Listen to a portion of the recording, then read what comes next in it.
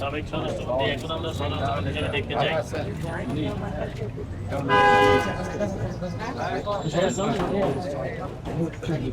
স্বরাষ্ট্রমন্ত্রী হিসেবে দেখতে চাই ভাইয়া। হ্যালো দাদা সালামালাইকুম ভাই।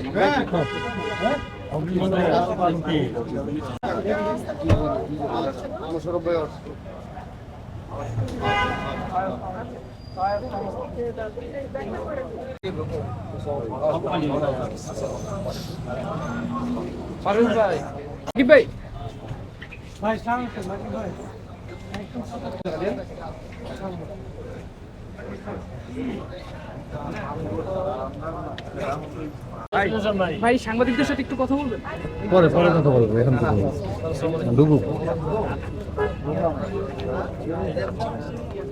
ভাই একটা ভিতরে ঢুকে যান, এদিকে এখন ধরলে সবাই দিয়া করেন ভাই আছে পরে কাজে যাবে কাজে ভাই এই আর একটা ফ্রেমে